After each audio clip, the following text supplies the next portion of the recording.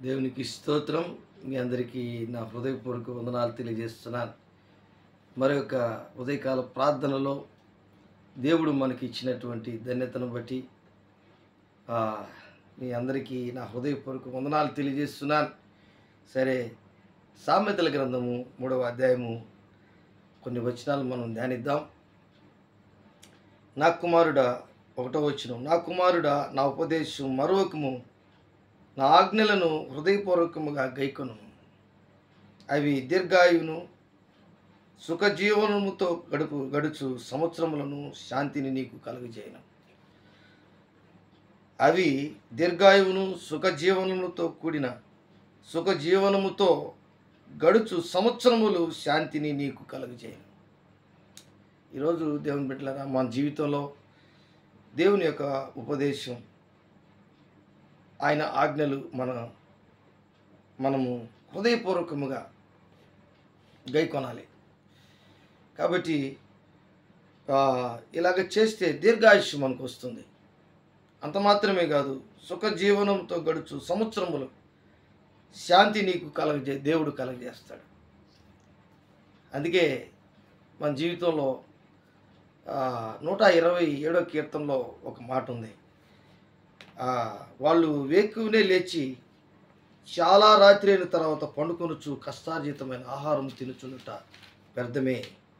తన ప్రియులు నిద్రించుచుండగా దేవుడు వారికి ఇచ్చుచున్నాడు. ఎంత గొప్ప మాట! ఈరోజు 127:2లో చూస్తే, మీరు వేకువనే లేచి చాలా రాత్రి అయిన తర్వాత పండుకొనుచు కష్టార్జితమైన ఆహారం తినుచుండుట వ్యర్థమే. తన ప్రియులు నిద్రించుచుండగా ఆయన వారికి ఇచ్చుచున్నాడు. ఈరోజు ఆ విధముగా నీకు దేవుడు ఇవ్వాలంటే నీవు చేయాల్సిన పని, దేవుని ఉపదేశము మరవకూడదు. రెండవదిగా, దేవుడిచ్చినటువంటి ఆజ్ఞను, ఆయన వాక్యమును కానీ, ఆయన ప్రేమను కానీ, ఆయన విశ్వాసమును కానీ, ఆయన నిరీక్షణ కానీ, దేవుని యొక్క ఉన్నతమైనటువంటి దేవుడిచ్చినటువంటి ఆజ్ఞలన్నిటిలో మనం జాగ్రత్తగా చూసుకుంటూ, 6వ వచనం, సామెతల గ్రంథం 3వ అధ్యాయం 6వ వచనం, నీ ప్రవర్తన అంతటి యందు ఆయన అధికారమునకు ఒప్పుకొను, అప్పుడు ఆయన నీ త్రోవలను సరళము చేయును. కాబట్టి ఈ విధంగా నీ జీవితాన్ని నువ్వు కట్టుకోవచ్చు. సుఖజీవనములతో గడుచు సంవత్సరములు కూడా శాంతి నీకు కలుగజేసే ఆ దినాలు, రోజులు, ప్రతి దినము, ప్రతి ఒక్క ఉద్దేశంలో ఆయన నిన్ను శాంతి సమాధానములతో గడిపే సంవత్సరాలు నీకు ఇస్తాడు. కాబట్టి ఈరోజు అంత మాత్రమే కాదు, 16వ వచనంలో చూస్తే, 3వ అధ్యాయం 16వ వచనం సామెతల గ్రంథంలో, దాని కుడి చేతిలో దీర్ఘాయువును, దాని ఎడమ చేతిలో ధనఘనతలు ఉన్నవి.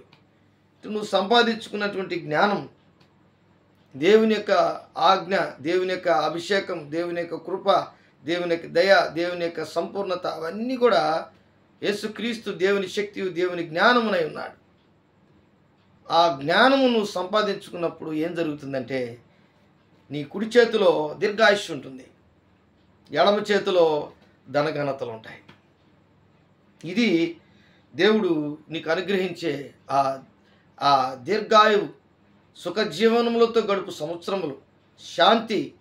అంత మాత్రమే కాదు, దీర్ఘాయుష్లో నీకు సుఖజీవనములు.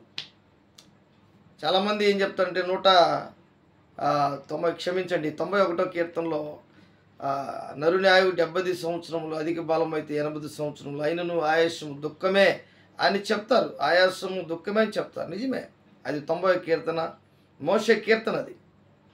అయితే దేవుడు చెప్పింది నువ్వు చేస్తే ఆయన నీకు దీర్ఘాయుష్ని ఇవ్వడమే కాకుండా సుఖజీవములు గడుపు సంవత్సరములు కూడా నీకు ఇస్తాడు.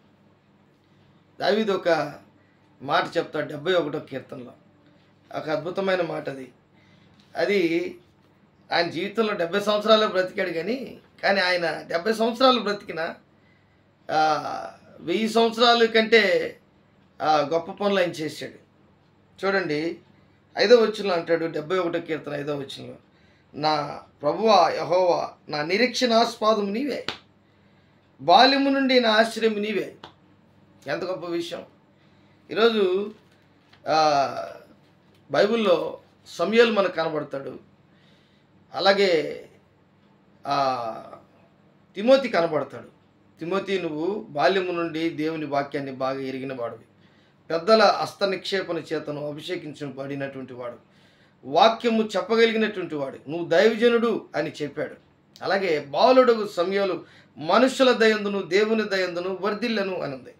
కాబట్టి బాల్యము నుండే దావీదు బాల్యములోనే గొల్లియాతును చంపాడు, దేవుని శక్తిని పొందుకున్నాడు. ఆయన అభిషేకము కలిగినటువంటి వాడు.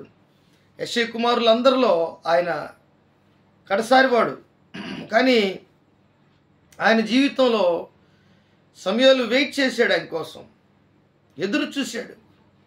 అంత మాత్రమే కాదు, ఆయన నాట నుండి దేవుని ఆత్మ బలముగా దావీదుని వెంబడించింది. కొమ్ములో తైలం పోసి దావీదు తల మీద పోసినటువంటి ఆ తైలము వలన అది అభిషేక తైలం. ఆయన పిలువబడ్డాడు, గొర్రెల దొడ్డిలో నుంచి పిలువబడ్డాడు. అందుకే చెప్పుకుంటున్నాడు, నా ప్రభువా యెహోవా నా నిరీక్షణాస్పాదము నీవే, బాల్యము నుండి నా ఆశ్రయము నీవే. ఎంత గొప్ప విషయం. కాబట్టి ఇంకా చెప్తున్నాడు 9వ వచనంలో చూస్తే, 71వ కీర్తన 9వ వచనంలో, వృద్ధాప్యమందు నన్ను విడనాడుకుము, నా బలము క్షీణించినప్పుడు నన్ను విడువకుము. ఎటువంటి మాటలు. వృద్ధాప్యమందు నన్ను విడనాడుకుము, నా బలము క్షీణించినప్పుడు నన్ను విడువకుము. కాబట్టి వృద్ధాప్యం వచ్చిన తర్వాత బిడ్డలు, బంధువులు, రక్త సంబంధికులు అందరూ కూడా కొంచెం దూరం అవుతారు.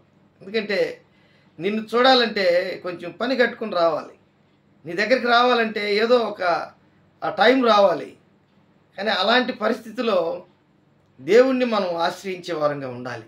దావీదు అదే బాల్యములో ఏ విధంగా దేవుణ్ణి ఆశ్రయించేవాడో అదేవిధంగా వృద్ధాప్యమందు కూడా దేవుణ్ణి దావీదు ఆశ్రయించేవాడు. అందుకే ఆయన జీవితంలో దేవుడు 70 సంవత్సరాలు ఆయనకి అనుగ్రహించిన, కానీ ఆయన జీవితంలో ఆయన చేయవలసినటువంటి అన్నీ కూడా తన బిడ్డల కొరకు, తన తదనంతరం యేసుక్రీస్తు పుట్టినంత వరకు ఆయన గుడ్డివాడు అంటాడు, దావీదు కుమారుడా. అసలు దావీదు కన్నవాడా? యేసయ్య కాదు కదా. దావీదు కుమారుడా, నజరేయుడైన యేసు అని అన్నాడు. వెంటనే యేసు ప్రభు ఆగిపోయాడు. అంటే అంత పేరుంది యేసు ప్రభు దగ్గర, తండ్రి అయిన దేవుని దగ్గర, పరిశుద్ధాత్మ త్రియేక దేవుని దగ్గర దావీదుకి. కాబట్టి అది ఎలా సంపాదించుకున్నాడంటే బాల్యము నుండి దేవుని యొక్క మీద ఆధారపడి, నా నిరీక్షణ నీవే ప్రభు అంటున్నాడు. దేవునికి స్తోత్రం. నా నిరీక్షణ ఆస్పాదం నీవే, బాల్యము నుండి నా ఆశ్రయం నీవే. ఈరోజు మనం ఆ విధంగా మన జీవితాన్ని సరిచేసుకోవాలి, ఆశ్రయించాలి, దేవుని వాక్యాన్ని ఆశ్రయించాలి. మన ఉపదేశమును మరవకూడదు, ఆయన ఆజ్ఞలు హృదయపూర్వకంగా గైకొనాలి. ఆయన దీర్ఘాయువును సుఖజీవంలో గడుపు సంవత్సరంలో శాంతిని మనకు కలిగజేస్తాడు.